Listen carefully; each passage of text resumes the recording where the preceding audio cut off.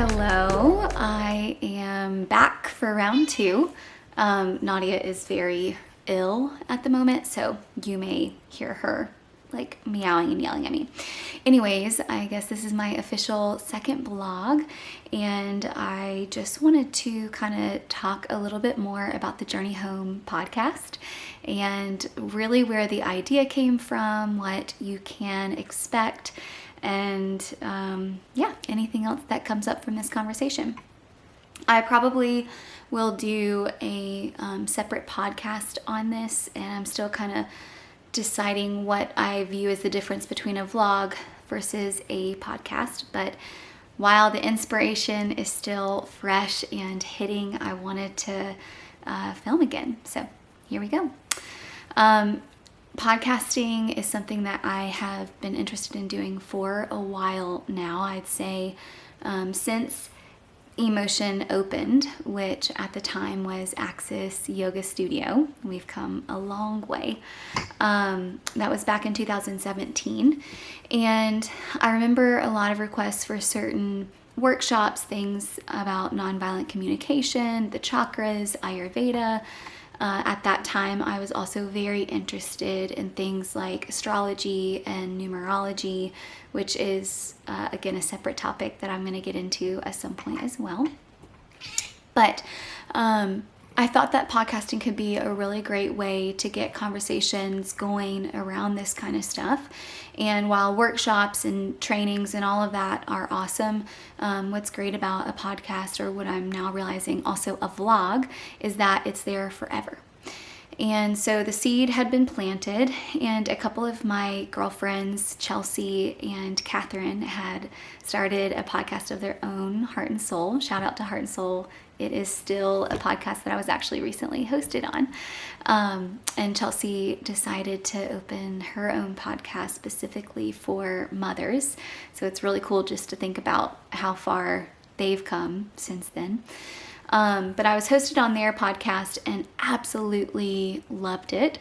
And started getting some requests to maybe launch a podcast someday, and we had so much going on with the opening of our business, and really things didn't stop from 2017 all the way to 2022. I would say we were very much in the trenches, and so adding more to my plate was just not an option.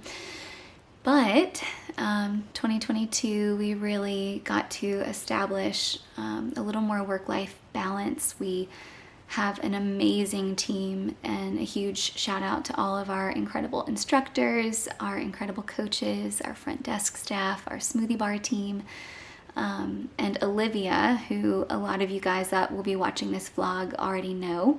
But Olivia helps us run and manage the daily operations of both the fitness studio and smoothie bar. And just personally speaking, I literally don't know what I would have done without her. She was a very much answered prayer in a very needed time. And so thank you for being amazing. Love you, Olivia. But that really opened up the space to start to get serious about what a podcast would look like, and what adding a little more to my plate now that space had been a little bit created. I was still doing a lot. I'm still doing a lot, but instead of having to worry about the day-to-day or being there day-to-day, I had a little more space to work from home and strategize and build and visualize for our future. And as I had mentioned before, astrology and numerology had been two things that I studied really since I was 19 years old, and I'm now 33, so a very long time. I was currently in the process of getting my astrology license. I was going to start taking clients and reading charts, and when I say I was into it, I mean I knew so much about it. And really had dedicated a ton of time to studying and learning about it. Same with numerology. But the goal of the podcast was to touch on topics like that, and also, most importantly, my faith. And when I really started to think about what this podcast would be, I realized I am so blessed to be surrounded by incredible people, whether it be the emotion community or just the Wilmington community. Troy and I have lived here for many years, and we have developed many amazing relationships with incredible people. And I noticed that I was having so many good conversations with these incredible people and thought to myself, every single person seems to have a very special story, and these stories deserve to be heard and they deserve to be shared, and I wish I had somewhere to put them all. And that's where I really started to come to terms with what my podcast could be, and thinking about how we each have a story, and that story is our own personal journey. And I had been on my own journey, and that is definitely something that I'm going to go into detail and talk about for sure. I don't think today is that day or right now is that time. There is so much to unpack there. But what I came to find, what I ended up finding is that I had been on my own journey home.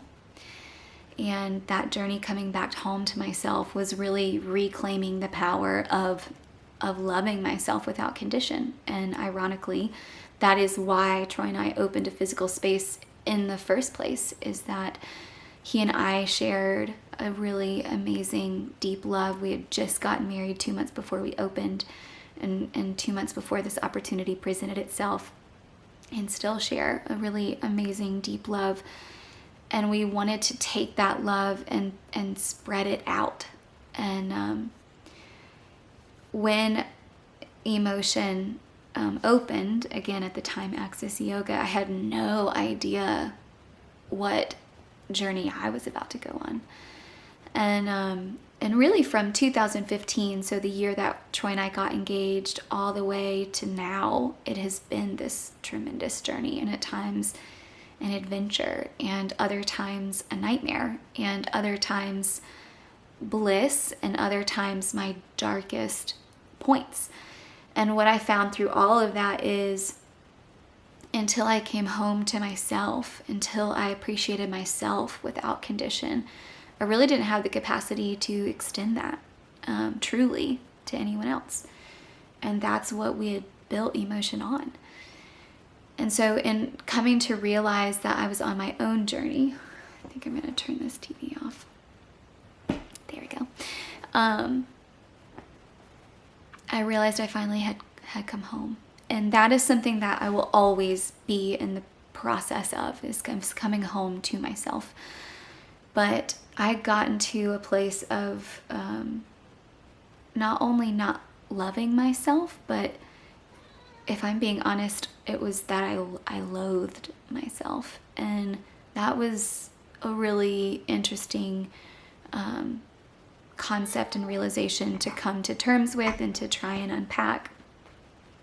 But I'm so thankful for that. And I just remember at like my breaking point, I was squeegeeing the mirrors in our lunar room, and I was using the squeegee that one of my dearest friends and amazing longtime clients, Kathy Boyd, shout out to you, Kathy.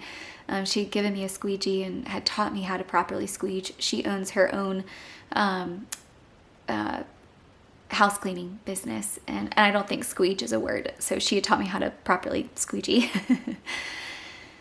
And I remember squeegeeing down the bottom set of mirrors in our lunar room and catching a glimpse of my reflection, and all of a sudden my eyes filled with tears, and my inner voice, and I relate that to the voice of God, spoke to me, not me thinking this. It came from the deepest part of myself saying, "You are enough." And I think that that was a really emotional and powerful moment for me, because I had spent my whole life thinking that I wasn't. And this is not something I'd been conscious of. This is just something that over the course of time and through a lot of hard moments became clear. And I just remember getting really emotional, and then that voice, that inner voice, saying, not only are you enough, but you are loved just as you are. And that moment really started to shift me into this internal dialogue of loving myself more and loving myself better and coming home to myself. And shortly after that, I started to feel this internal pull to sit with a plant medicine that now has become very well known. But at the time, it was not as known. My dad and my brother had gone and done this in the jungles of Costa Rica, and it was not something I ever thought I would do. But I had started feeling this inner call or inner dialogue to sit with ayahuasca. And a lot of people know about ayahuasca. It is what Aaron Rodgers went and did, and it is a lot more of a like daily word. That being said, it is not something that I openly speak about often, but now that I'm vlogging about it, obviously this is very open. But it's not something that I mention often. It's not something I really talk about often unless I'm in a safe environment with people that have gone through that experience. My experience ended up being very personal, very intense, and something I probably will eventually share on here as well when it feels right. But that inner call started to really open up something inside of me. And from the time that I had that moment of realizing I am enough just as I am to actually sitting with ayahuasca, that was like a 2-year journey. But within that journey was coming to terms with the fact that I was coping with things that I had not dealt with, some things that I had consciously suppressed, and in that way of coping had adopted a lot of perfectionism qualities. And when you are a perfectionist, which it took me a very long time to come to terms with, I had been consulting or receiving counseling from a therapist to come to this realization, but it was not something I ever thought I struggled with, not something that I thought I had or was, because then that would mean I wasn't perfect, right? But through understanding that there was an aspect of me that felt like in order to be enough, in order to receive love, I had to be perfect all of the time in all of these ways, I was exhausted from the striving of what comes with that mentality. And the reason I had sought a counselor or a therapist in the first place was that I had gotten to such a difficult place within my life where I was now having physical reactions, and actually they were showing up as intense panic attacks. I would projectile throw up. I would feel like the whole room was spinning. My whole body would shut down. I was getting these really intense chest pains that I almost was like wondering if it was like a heart attack. And I realized at that point, like something had to give. And so that experience, as scary as it was, led me through this awesome path of understanding the nuanced, intricate experience of being human, and what a journey, and how far I had come from myself. And even just thinking about it all, it does make me emotional, because I can't believe how far from home I had been and I had come. And this is somebody that is deep in my faith. I practice yoga. I own a yoga studio. I teach a yoga training on all of these philosophies and tools and modalities of what it is to practice yoga, which the Bhagavad Gita states is the journey of the self, through the self, back to the self. And yet I was deeply struggling. And through all of that, I realized that each of us have our own experience of journeying home. And my mom had sent me this quote. I think it's a Rumi quote.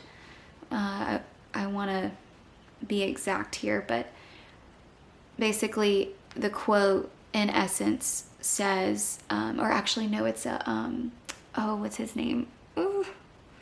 Ram Dass quote. It's either Rumi or Ram Dass. I think it's Ram Dass. I'm gonna look this up. It matters that much. Let's see here. Walking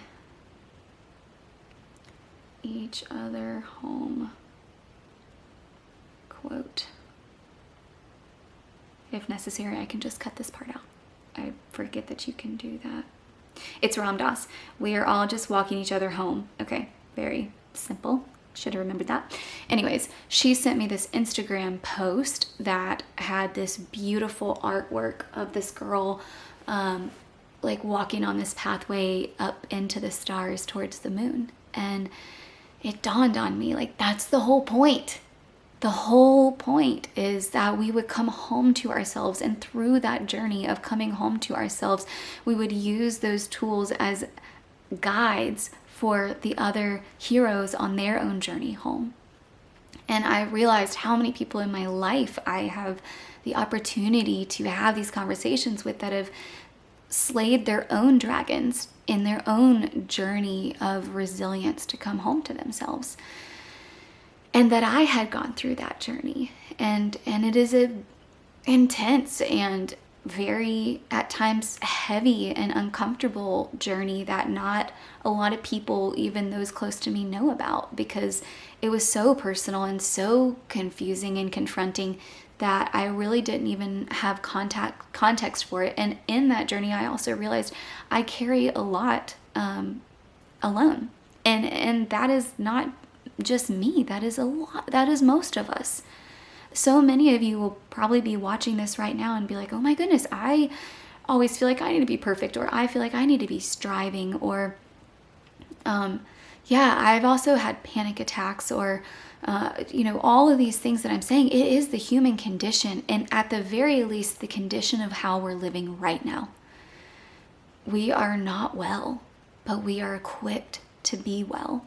And a part of that not being well takes us on the discovery of what it is to come home, and all of the ways that we deny ourselves of that daily, even unconsciously.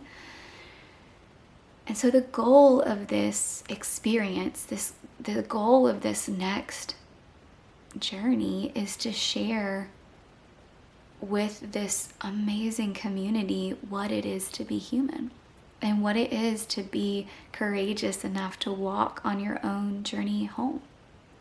And for me, my faith is the most important. And so ultimately, once I came home to myself, like, how am I sharing that as we walk along this path towards our ultimate home? And even if faith is not something that is a part of your life, or even if Christianity is triggering to you, or religion is something that you scoff at or think is a joke, or are uninterested or strongly dislike, that's awesome. Because that means that you're honest about where you're at with something. And the point isn't that we all get along and that we all think the same way or live the same way or express the same way. The point is that we're willing to be honest about our inner expression. We're willing to have dialogue about those things that we may not see eye to eye on. We're willing to share in vulnerable ways our human experience through the integrity of our own life and our own character development and our own mistakes, our own flawed parts that we try to put masks over. And in saying my journey home, like, that is something that begins again every morning.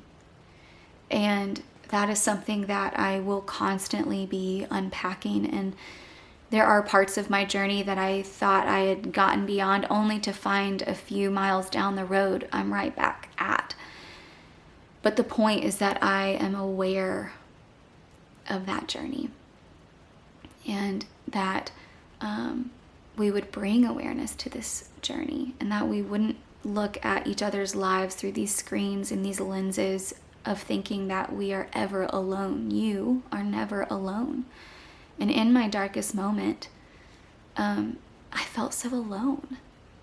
And what I was going to do in that aloneness would have impacted a lot of people that loved me, that I, in my darkness, couldn't feel or connect to, or even at times see. And that was something I couldn't believe I had gotten to a place of experiencing, and now I'm so thankful for it, because I went to my own shadow of death. I went to my own, I can't think of the word right now, but like whatever that term, dark night of the soul. And I may have more to come. Each layer of myself I peel back becomes abundantly clear.